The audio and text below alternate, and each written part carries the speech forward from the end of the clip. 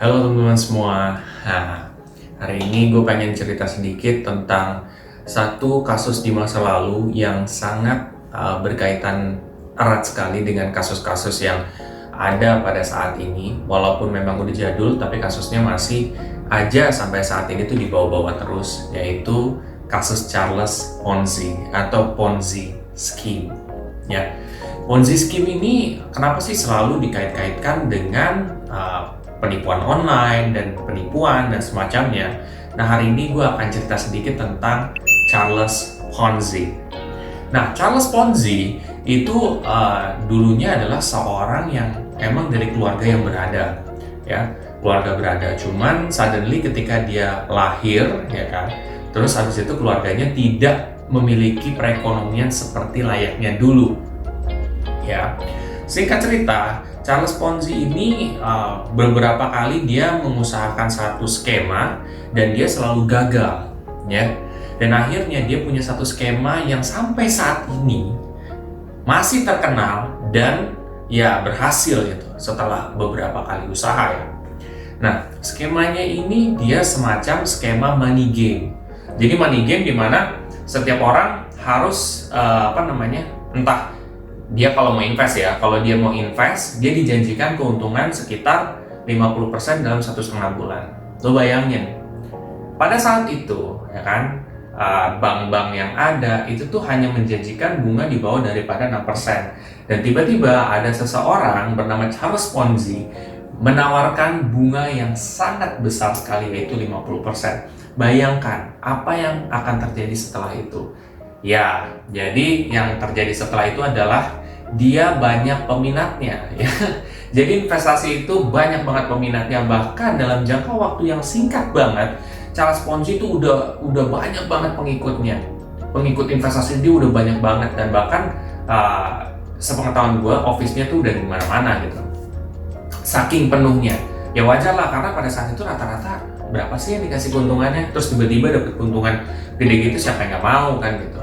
Nah, dari situ ya, kenapa ini uangnya disebut money game? Jadi sempat ada sebutannya adalah rob Peter to pay Paul, ya. Artinya apa? Artinya dia ngerampok Peter untuk ngebayar ke si Paul.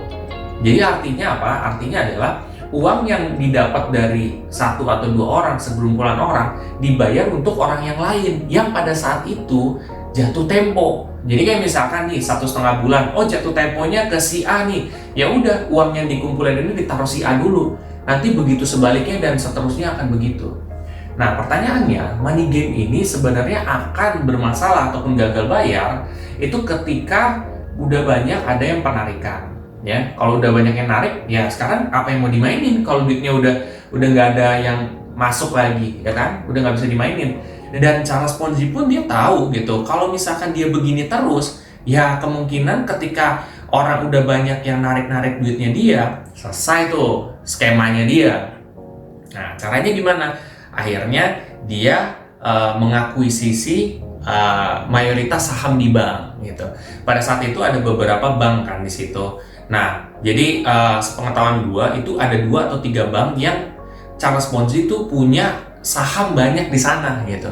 Dan kalau lo punya mayoritas saham, ya kan, di satu perusahaan atau di bank gitu, lo punya satu suara yang kuat banget gitu loh. Lo mau ngomong apa kuat banget gitu. Dan pada saat itu peraturan di bank itu tidak seketat seperti sekarang gitu.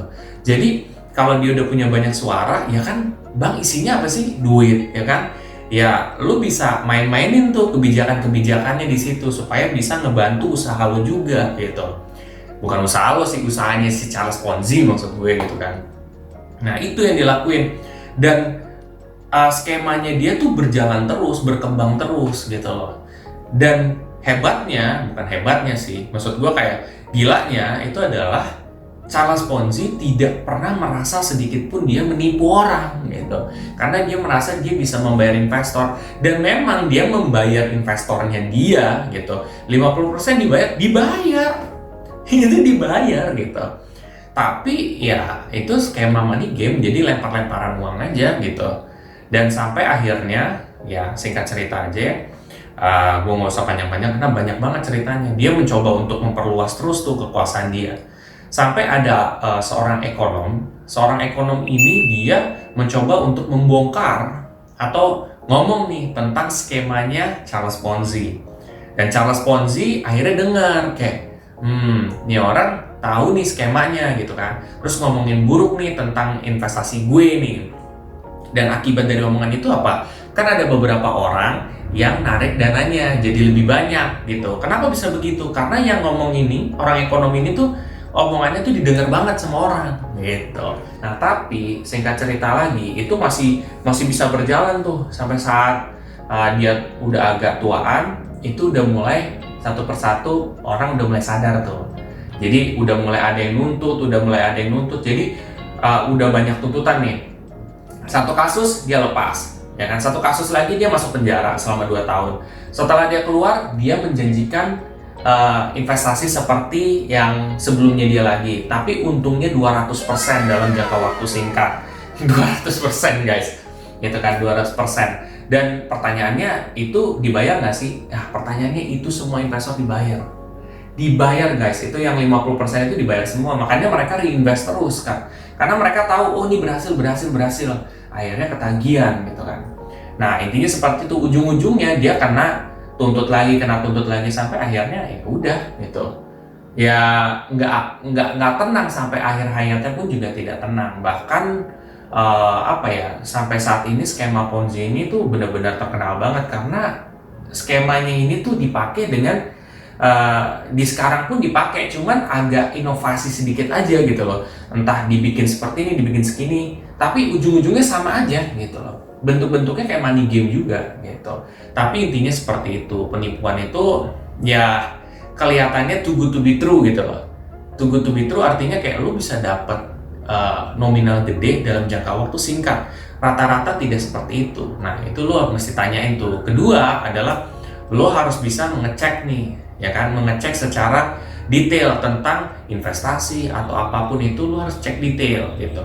Entah itu asal muasalnya dari mana, jelas atau tidak, terus informasi itu dapat dari mana, dapat dari blogspot kah atau official kah, bagaimana pendapat mereka, reviewnya bagaimana kalaupun ada di Play Store, terus juga orang-orang yang terlibat siapa aja gitu, terus apakah sudah terdaftar atau diawasi oleh pihak-pihak yang berwenang gitu, terus cara bisnisnya bikin duit itu gimana sih gitu. Nah, itu penting sih kalau menurut gue. Dan ketika lo bisa melakukan step-step ini, itu kemungkinan lo untuk mendapatkan hal-hal seperti ini tuh jadi berkurang gitu. Dan ya cerita-cerita akan Charles Ponzi tuh udah mulai akan sirna mungkin, karena rata-rata tuh berkaitan banget dengan hal-hal yang ada pada saat-saat ini juga gitu loh, yang skemanya Ponzi ini. Dan mudah-mudahan video gua hari ini tuh bisa membantu teman-teman semua untuk lebih mawas diri ya. Mawas diri akan segala sesuatu tawaran gitu ya.